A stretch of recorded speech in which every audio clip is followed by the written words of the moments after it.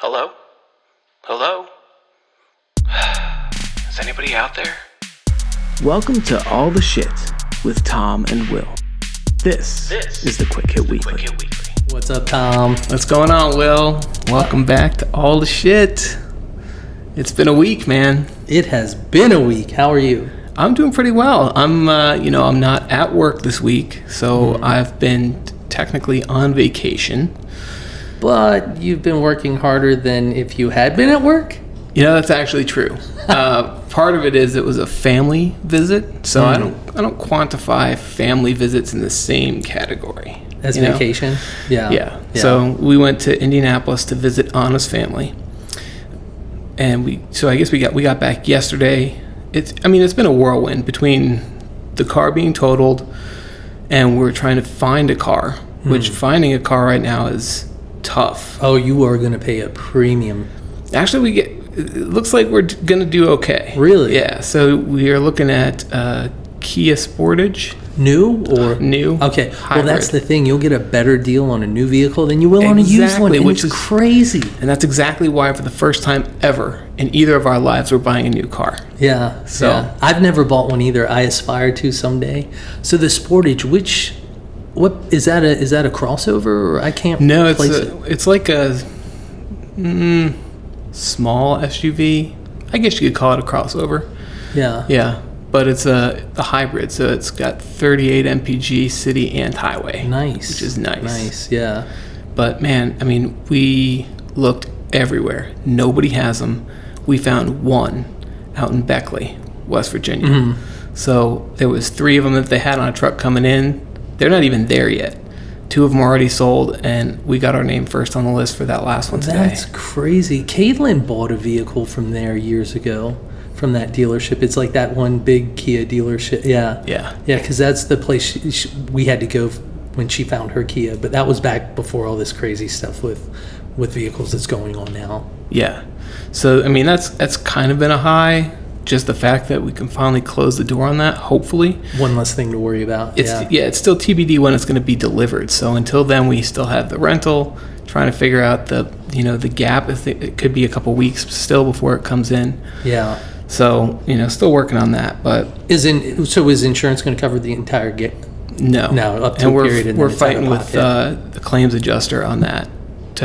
They did extend the rental. Mm-hmm. So we have it through the middle of next week. We have to make, decision between then and now how we're going to handle that. Yeah.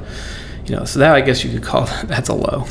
But the other low is on the way home from Indianapolis. I got my first speeding ticket in, I don't even remember the last one. It was in Denver, so it was, at least 6 years ago. And we got pulled over in Ohio. So. Were you cooking? No, I was doing, I guess, 16 over, but it was right, they were camped out where the speed limit changes. Yeah. So I was going 76, and by the time he pulled me over, a 70. So It's like, come on, man. Dude, I got caught, was it last time? Or time before last when we were coming back from Kansas City, and I think it was in Indiana. Dude, and I was freaking cooking. It just got away from me. We've been on the road for hours, and I see this guy pull out, and I'm doing 90 plus. And I'm like, this could be really bad. Yeah. Because in Virginia, that's anything over 80 is reckless automatically, I believe. I could be wrong on that, but it's something like that. And the speed limit there was not 90, so I was sweating, I had... Do you have the kids in the car too? Kids in the car, yeah, because we were coming back, and the guy gets out, and I'm like, we're screwed. I'm gonna have to come back in 3 months for court. This is reckless. And I think the guy, between us being from out of state and everything, I'm like, dude, yeah, I'm sorry, it just got away from me. He took pity on me, and it is the first time in my life that has ever happened. Like, you didn't get a ticket at all? He came back. I was sweating, dude. I was sweating. And he's like, I'm going to issue you a warning. And I'm like, is this real life? What? Is this real life? So as soon as we pull off, I'm much more diligent about, managing my speed, because there was a period in time when I had 18 points on my license, and it cost me a job with the fire department. and I'd done so good, I hadn't gotten any tickets, and yeah, we're gonna issue you a warning. So we get back on the road, and I'm like, look this up. What's the difference? But find out in Indiana, I'm pretty sure it was Indiana. You go through so many states, it's a blur on that trip. You're not really in reckless or anything like that, anything major, until you're over 100 miles an hour. And so it was he definitely could have written me, because I think I was 20-some plus miles over the speed limit, but I was just under that 100 miles an hour. Not just under, I was in the 90s. But I'm confident, just because I was mindlessly driving, that if it had been moments before, moments after, somewhere in there, he could have caught me, just because that was the flow of traffic and everything, Yeah, I know mine was a designated speed trap, because by the time I got up, I saw 3 cruisers lined up. So one guy came for me. As we were sitting there, someone else got popped. So it was, he was nice and everything, but I mean, come on, dude, come on. Out there, basically driving revenue. Exactly. I mean, It's the end of the month, so of course they're cooking it up, making sure they get their, whatever. Not that they have a ticket quota anymore. I think that's something they say, we don't have a ticket quota. No, but the department has a revenue bottom line they need to make. So call it what you will. So that was the low, I guess. But it was also, so this week, the 24th, is me and Anna's 13th wedding anniversary. Oh, congratulations. Yeah. That's a hell of a milestone. Yeah, man. Yeah. It's been a good 13 years. For sure. And it was actually on our anniversary that I got to sit down and talk to her dad. So it's, coming full circle. Yeah. The first time I talked to him, and then, the first time now we're sitting down to a podcast. So before we get into that, though, is there anything big going on with you? Any updates on the Limes situation? Yeah, nothing too major there. I won't go on any major diatribes. There's been some back and forth communication with my doctor. I think as of last time, I can't really remember where we were, but since then, I reached out to him and I'm like, look, man, the constant white noise is still going on, right? Should I just wait? What are your thoughts? And where are we on the referral to the infectious disease group? Because that could have been a next possible option. And he's like, yeah, infectious disease refused the referral, but their recommendation is that you go to the ER and get a spinal tap. I'm like, we've been down this road. They didn't want to do it. They didn't think it was merited, And so, and then a week later, he responds to that and says, well, again, kind of reiterates, I don't know what else to do if symptoms are still going, And so I'm sitting here like, do I keep going back to the ER until they give me a spinal tap? Do I just kind of let it play out, finish the course of medication, and see? Because from what I've read, some of the symptoms, particularly if this is a more progressed, case of Lyme's, which I'm thinking it might be, could take a month after I complete the antibiotics to get better, or it could be 6 months, And so right now I'm kind of debating, do I just kind of wait and see if things don't get better, okay, and just give it some time, or certainly if I have any of the stiffness in the neck or anything, if I go to the ER, then I think a spinal tap would be more merited, because it would look like meningitis or something. But I'm just kind of in this weird holding pattern, and so every day I get up, I'm like, damn it, the white noise is still there, things aren't getting worse, I can live with this. It could be worse, and just kind of taking it day by day and seeing as things change, what the most appropriate course of action is. So, yeah, dang, man, I'm sorry that you're going through that. I mean, it still sucks. Again, it could be a lot worse. I could, there's so many worse situations to be in. It is frustrating, but at the end of the day, things haven't gotten worse. So just kind of waiting and seeing. All right. Yeah. Well, let's dive into it, because today we are here to talk about that interview that went up last week, talking to Scott. And what an interview it was. Did he deliver or did he deliver? Oh my goodness, I'm sitting there thinking like, this guy needs his own show. and also like, man, I was a little jealous. I wish I had, father-in-law like that, or somebody, like I had a direct connection to him, because I'm like, what a wealth of knowledge. And not just knowledge, but perspective. Yeah, man. Yeah. What an interview. Yeah. So I didn't oversell it, right? No, not at all. I honestly didn't know what to expect. And even listening to the rough draft, I was just like, wowed. Yeah. Yeah. Obviously, I have my thoughts on it, but I'm interested to hear your take. What did you feel like was the most impactful thing for you? Yeah. And I wrote some notes. I wanted to have a couple times to really digest it, to go through it, a few more times, but I didn't get a chance to do that. And so there were really kind of three key points. There was so much there, it was hard to even narrow it down. So one of the things he said, and it wasn't like this was particularly thought-provoking or, an epiphany for me, but I felt it, one of those, like, I feel that, is when he was talking about kind of, him being one of the last children for his parents, and his parents just being exhausted at that point, right?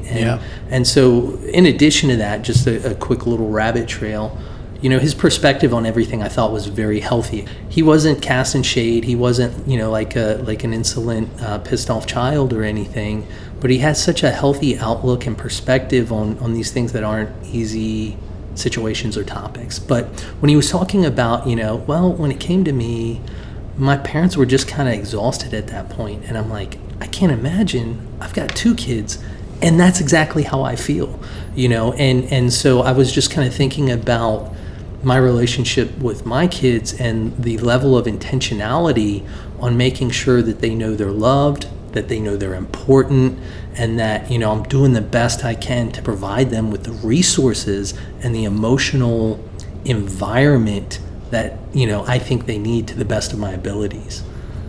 Yeah, what I thought was interesting about that, and, you're right, he has got that perspective now. Right.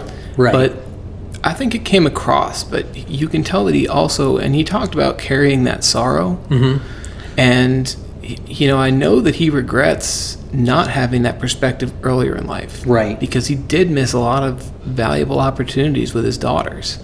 And that's still something that, they're all working to rectify and to deal with in their own way. So, I obviously have an inside track because I get to hear Anna's perspective on it. Right. And how that relationship has been, how it's evolved. But, to me, I definitely felt when he said, it's harder to heal from good things that didn't happen mm-hmm. than from bad things that did happen. Yeah. And I think, there's shades of gray there. It depends on what we're talking about, right? But in this case, I think it's lamenting the missed opportunities like you're talking about as a father to be there for your kids. Yeah. And there's no way that you can fix it. It's almost like if you had a father who, even physical violence, people are damaged by that and it happened, but you have something concrete to work off of. Right. And there's an actual something that you can work from. Versus that what if factor, yeah. right? Yeah, and that, that didn't really resonate with me. It was like, yeah, that makes a lot of sense. But, one of the other things that stood out is something that you just mentioned. That was one of the other points, and I was kind of debating which one to lead off, kind of ease into the depths of complexity and profundity. But I also made a note of carrying that sorrow as part of what being a man is about from his perspective, and, owning mistakes and being emotionally available, because that really resonated with me. And I said, I feel like that, whether I could put those words to it or not, is part of what I've been trying to find in my own life. And I think a lot of that has come out in some of the conversations you and I have had over the past couple of years. And so that was another key point, that it wasn't like, aha, but I'm like, yes, you're right, yes, whether I had those words or not. Yeah, so when you think about that, and how does that apply to your life? Really, less. So if I break it down into a couple different parts, less on carrying the sorrow, because I don't feel that I am far enough along in my life to have as much sorrow to carry. I think there's certainly, but part of what, why that struck me is because That's part of what I'm trying to proactively prevent from having to carry for the rest of my life. In the way I'm trying to build my life and grow as a person, provide value. And so that was kind of like a future, right? I want to lessen the sorrow that I'm going to have to carry in the future. Not that I don't have plenty to carry now, but really kind of owning the mistakes. I've been embracing that, fully for a few years, and so I see that. But also being emotionally available, that is part of what I've been trying to grow or develop or focus on as a person for a little while too. And so the whole thing, there wasn't anything super specific that struck me, but the whole thing said, yes, that resonates, that makes sense. And here's somebody who's, in a way, about a lot of the same, like, big personal types of things. He's just a little further down the road, right? Yeah, man. And that's that's kind of the idea. Yeah, none of what he said was really prescriptive, but it was enough to give you insight. And I think toward the end of it, he was talking about and kind of lamenting how generations now don't allow the knowledge and wisdom of elders to trickle down. Mm-hmm. It's almost like we kind of put up a wall, like, nah, I got bro, this. Nah, bro, yeah. Right? But in listening to him and speaking with him, there's a wealth of knowledge there that, like you said, if we're wise, truly, we will listen, observe, and use his mistakes to our advantage to sidestep a lot of that tragedy. Yeah. And provide that wisdom to other people sooner and earlier, right? Yeah. And, it's hard because, coming from the background he did and the father he had, it's one of those things where you find yourself, and I don't know if you've done this, but I certainly find myself doing things that all of a sudden I look in the mirror and I'm like, holy shit, I'm my dad. Right. And I did not expect it. I spent my whole life thinking, well, I'll never do that. I'll never do that. Critical.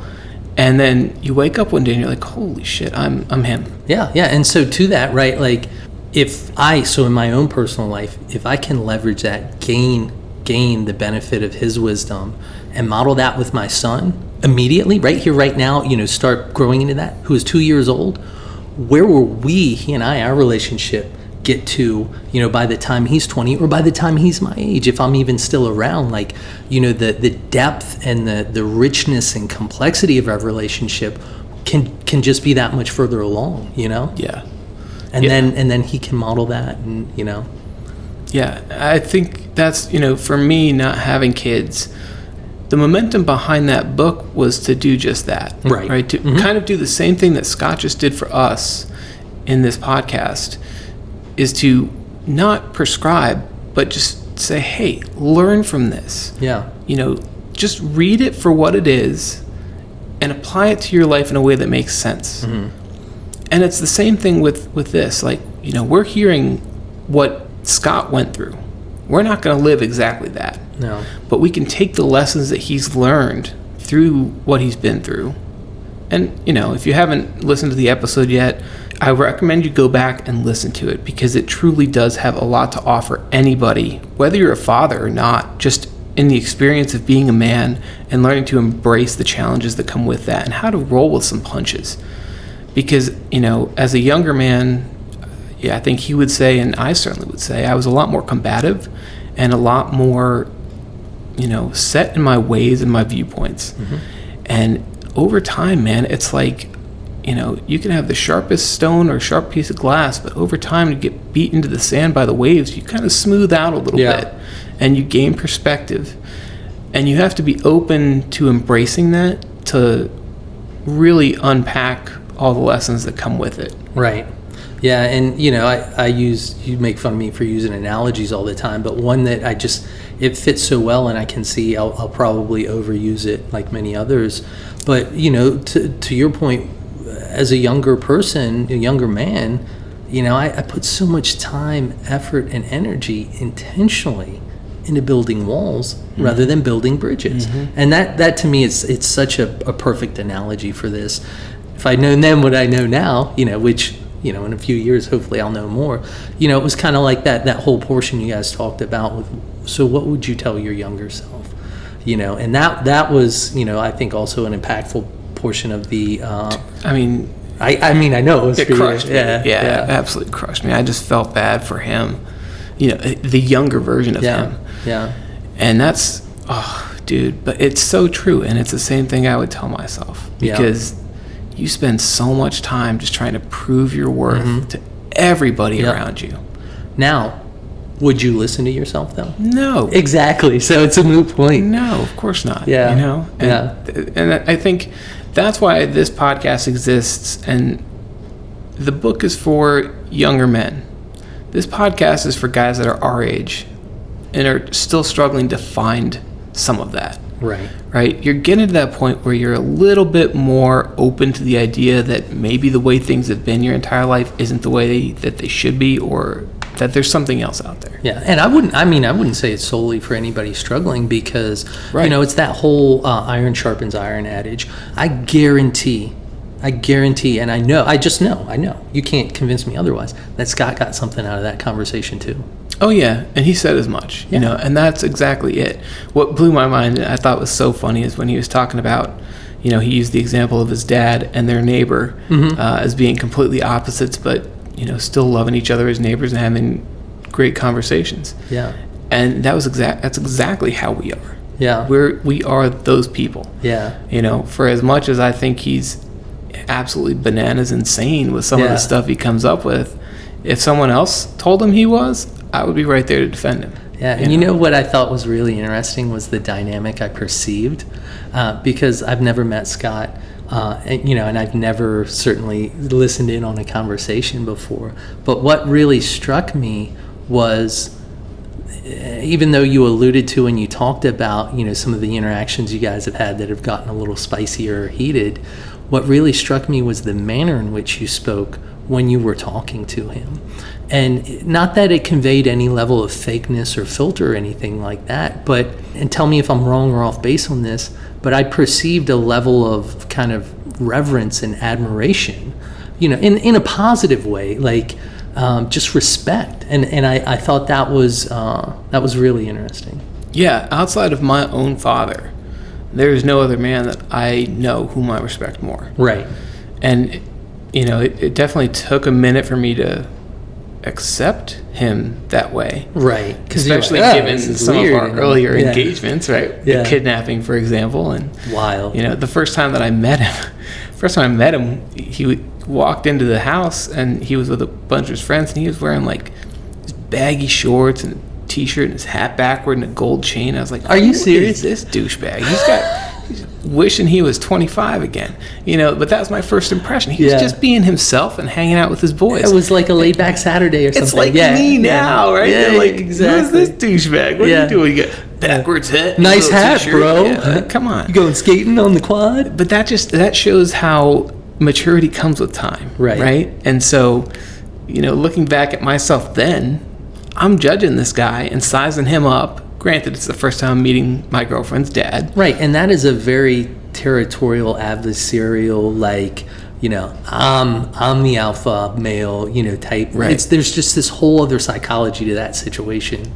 Yeah, but I mean, very, very quickly, I came to appreciate, and it's the gravitas that he demands when you're in a conversation with him. Well, I see why. And it's the respect is mutual, though, because he engages in such a way that you can tell that he's giving his complete attention to you in a conversation like that. It's not like he's on his phone doing something else or kind of browsing and reading and also carrying on a conversation. If you're talking to him about a serious topic, he is invested fully in you, and that demands that reciprocation. Yeah. But absolutely, he's a fantastic man. I do look up to him a lot. Yeah. So I want to ask you a little bit more on the personal side. You had mentioned, when we split the last time we met, and I told you I was going to meet with Scott, and I was going to interview him, and I think you've hinted or you've shared before, just kind of in passing, that you don't have a father-in-law because Caitlin's dad was absentee. Right. And that's something that you kind of feel like you're missing something. Well, yeah, in a way. And so, not like from Scott's perspectives or words, the good things that don't happen, right, or more damaging or more painful. But it's just, it's really a dynamic. I understand because it's not that common, but I don't understand, because I've never been in that situation. And I'm thinking back, and I don't even know if, any serious girlfriends that I had, that I ever got to the point where I met fathers and I jousted, and I did all that, and so it's different. I don't have any of those experiences. And so that's just one aspect that I'm like curious about, Yeah. And I find myself wondering in that situation, what would my relationship be with a father-in-law, and having gone into it, in my 20-somethings, how would I have dictated the course of that relationship, and through my own, Well, sure, thinking about you then versus you now. exactly. Sure, big swing. Yeah. So, I just don't have that. So, Yeah. yeah. So another thing that I found particularly interesting, and it's a position that I share with him, and this is thinking about the impact on your community and the way that you interact with people in your community. This is the same topic I have, but I guarantee we have different perspectives. Okay. Then, So this is good. Then let me hear yours. Okay, so one of the things that struck me, and I'm going to be the advocate for my fellow introverts here, when he was talking about community and all that, and neighbors and neighborhoods, I get it, and it painted a very 1950s vibe in my mind, right? And that's good, and it's wholesome. There were so many issues outside of community, or even pertaining to community and exclusion at that point in time, but I understand what he was getting at. He was getting at the positives, not the negatives. But part of me is sitting there being who I am, and my level of willingness to engage at a social level in various situations, thinking I get it, but it doesn't have to be. You don't have to be so intertwined in somebody, in everybody else in your neighborhood and community, that you feel like you have to be on 24/7. You're walking into each other's houses there's an aspect to that sounds exhausting to me based on who I am and how I like to socialize. And so I think that's great for people it's great for.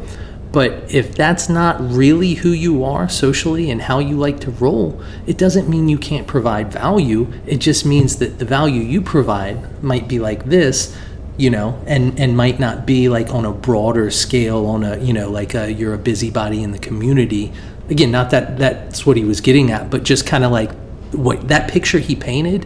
I get it. I understand. I see the beauty, and I understand where that comes from a sociology perspective, and also from a biblical perspective, but that's not me. Well, I think you might be taking it a little too literally. So when he's talking about, you have to be in their house and they have to be in your house. Right. I think what he's really ultimately saying, and I mean, I've been there when these guys have physically been in his house. Yeah. Right? Just walk up the front gate and I'm like, who is this dude rolling up? And he's like, oh, that's my boy, whatever. And, hey, how you doing? Dude greets me he knows me. Right. Scott's told him about me, knows I'm Anna's husband, and it's just another member of the family.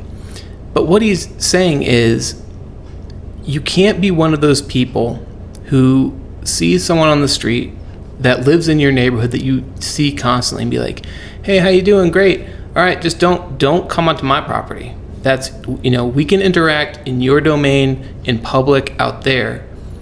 But if you're not open enough, and not saying walk into my house anytime, but if Right. you're not open enough to say, if the timing is right, hey, do you want to come and have a drink on the porch? Come on in, meet my wife, or come on and watch the game.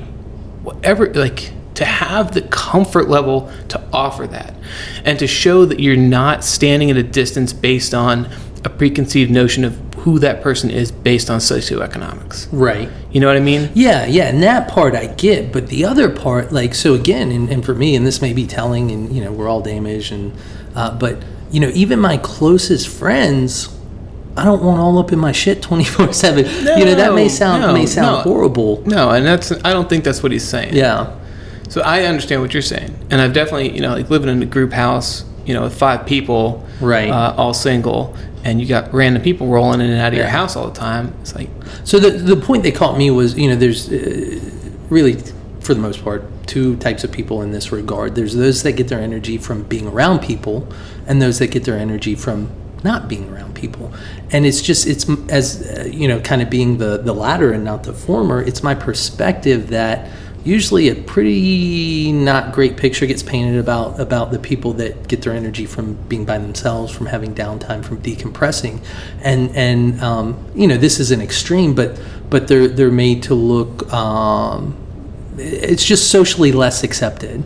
Is there something wrong with you, or along that line? And so when he started talking about that, I just made a note, and I'm like, yes, on all the positives, but that's different for everybody, the level of integration, right? Yes, we should be willing to engage and to provide value to everybody, regardless of background, socioeconomic status, where you live, all these things, the type of car you drive. But at the same time, it's okay to have a place where you go to find peace, and that is, basically sacred to you, so to speak. yeah, no doubt about that. Yeah. And, Scott he's more introverted than you'd think. Mm-hmm. So that's why we kind of joked at the end. He told me he'd give me 10 minutes for this podcast. Yeah. He thought that would all he'd be able to talk about. I knew once I got him rolling, he'd uncork, Yeah.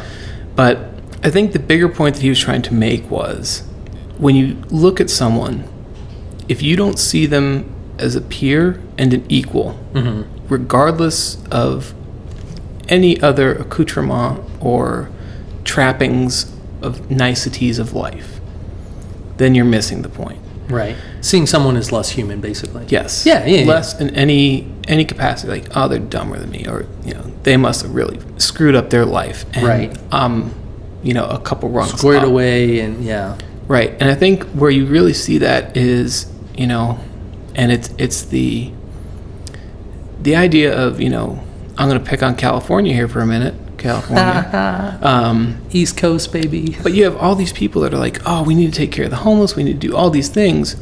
And then a project comes along that's like, hey, we're going to build affordable housing in this area, and this is the layout. And people go to war over, not in my backyard, bro. No, I mean, like, you can relocate them and build that project down there, but not in our nice neighborhood. Well, is it because of the nice neighborhood, or are those families that are concerned for safety for their family units, their children? Like, yeah, but why are you concerned for your safety? These people are also concerned for their safety. Right. You know what I mean? Right. But I guess what I'm saying is it's not as black and white as like ideally it would be, right? But so let's say it's some sort of housing project and it takes, reformed felons or whatever. If you had a family that lived in that community and you were there, you wouldn't worry about that and wonder if it would bring more crime to your community? Or I'm thinking about other families, moms with kids, just don't, But to Scott's point, I think he's talking about everybody, right? Yeah, but there's white collar felons too. Yeah. There's pedophiles who absolutely meet all criteria. Absolutely. And so that's what I'm saying is, like, the lens that people look at it through is a socioeconomic lens. And you look at that person, you think, oh, they're poor. They must have lower morals. Mm-hmm. The morals get equivocated with the socioeconomic status in many cases. Yeah, maybe I have a skewed perspective because I don't trust anybody, but I don't, I'm the same way. I'm not a very trusting person. Yeah, I don't care. I don't care if you're CEO and president of X, Y, and Z. That doesn't get you a pass because you're rich. I'm not leaving my kids around anybody.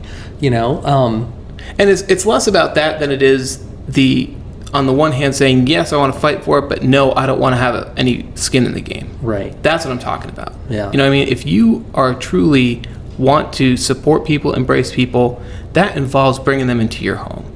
And not in a physical sense, but just, hey, let me be a part of your life. Let me be your friend. Like, that's what Scott mentioned. That was what was most powerful. That's what these guys, they're not coming to him for money. They're not coming to him for meals and handouts. Right. What they value is the friendship and being seen as equal despite the clear disparity in their status. Yeah. Socially, Yeah, but at the same time, I'd assume that he didn't throw caution to the wind and invite every bum off the street. No, it's people that, and I'm saying that to be ironic. But it's when I'm talking about people in your community, he's talking about the people that he knows, the people that are in his neighborhood regularly that you see. Right. And I agree with that. There's no reason, and I'm guilty of it too, as I told on the podcast, right? But if there are people that you see regularly in your neighborhood and you don't know their name, I mean, that is how you build the moral fabric of a community. Right. That's what the American, system was built on, was knowing your community. And we're very lucky to live where we do. It's a relatively small town. We know a lot of people. The interpersonal connections in this area, it is a mishmash of spider webs connecting people all over the place. Like, I'll know someone here who knows this person. I know that person through this other person. And it's something you don't find as much as you get more stratified. Right? Yeah. You find people within your own slice of society, but to crisscross and go every which way. But I want to pull on this string a little bit more. It wouldn't give you pause if some big Section 8 development got thrown up behind your house? If I was in a neighborhood, you mean?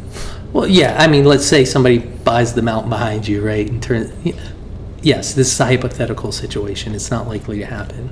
I mean, I would have that same. Let me say this: I would have a problem with it because anytime you have an apartment complex that are rental units, I feel like people in general, regardless of economic status, don't treat it great.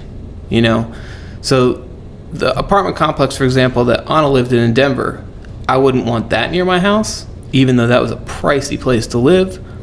Section 8, for the same reason, right? But on the whole, I would say that people who have less tend to respect it more because they have more to lose, right? If you are, wealthy enough to be able to rent whatever apartment you want or have a choice. Yeah. Oh, I get kicked out of this place. I'll get another one. I'll go couch surf at my buddy's house for a month and then get an apartment. But if you have one shot or one opportunity, I was freaking to it. If you only have that one option, you're going to do everything you can to respect it and to take care of it.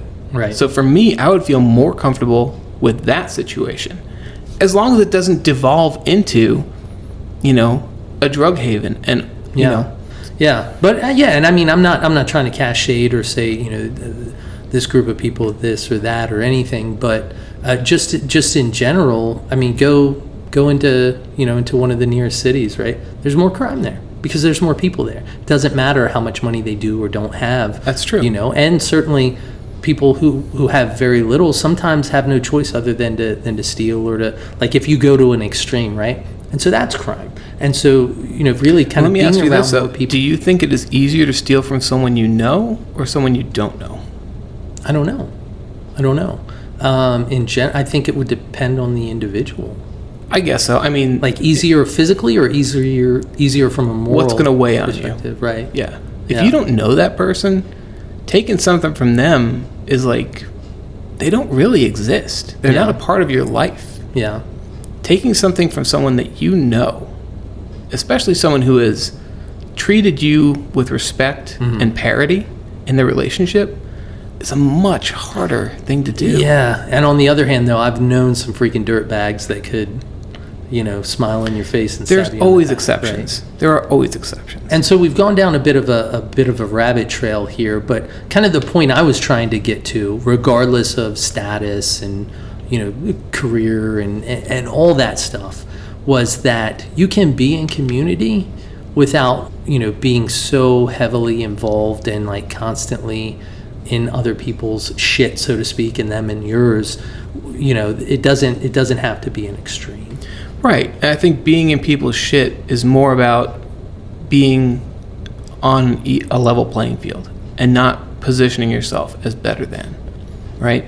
And I don't know if you've come across these people in your life. I certainly have. You meet someone who has an air about them that says, I'm superior. Right. I don't like that person. I don't even have to meet that person. I can see that in them. Right. The way they talk to others. Kind of the thing you said, that the way you communicate comes out to... Yes. I was rolling, dude. I was rolling. I mean, that's one of those things that I got from my dad. Yeah. No, I get what you're saying. Yeah. So for me, I felt like that was important, and I think that's a challenge to me personally. I'm trying to be better about that and treating everyone with respect and dignity of just being a human being. Yeah. Until you prove otherwise, Yeah. right? I'll give you the benefit of the doubt.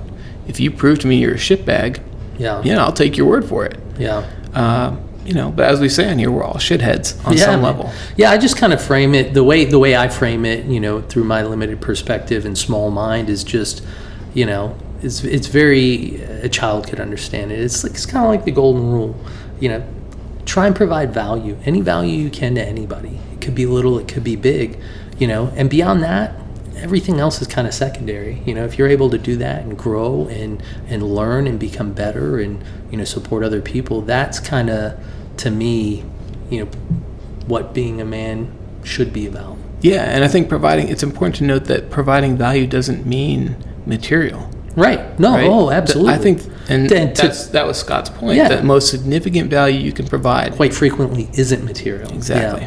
Yeah. Well, buddy, I think that might be a wrap on that. But I mean, there's a lot to unpack there. I'll probably, like you, I'll go back and listen again because I think there's a lot of nuggets to kind of parse out and some really tough stuff to wrestle with. Yeah. You really have to be willing to peel back, the layers of your own onion to get to what's inside. And really, the nice thing is you can do it in the privacy of your own head. Yeah. And you don't have to air all your dirty laundry to everybody. Yeah. Or anybody. But it starts with yourself. You gotta have that self-assessment. Yeah, so good. And for some people that could just be really convicting, as some would say, or challenging. But it's good, and it's an exercise worth kind of participating in. To that also, anybody that's listened to that, you have thoughts, share your thoughts. You have comments, share your comments. Questions, you want to hop on with us and talk about it? Even better, let's do it. And let's continue to model these conversations out and see what other treasures we can bury in the process. Yeah, drop us a line. I mean, the whole point of this project is to interview just men from all walks of life. You might think your story is boring. You might think your story is normal. But I think, I've already conducted 3 of these interviews, and I can tell you it's the same base questions. The conversations go wildly different directions. Yeah. And that's it, man. We are all very different, but at the root, we're all very same. Mm-hmm. Yep. Basic human truths again. Yep. Yeah. Right on, brother. Well, awesome, man. Thanks for another good conversation, as always. And see you next week. Yeah, man. Take care. See ya.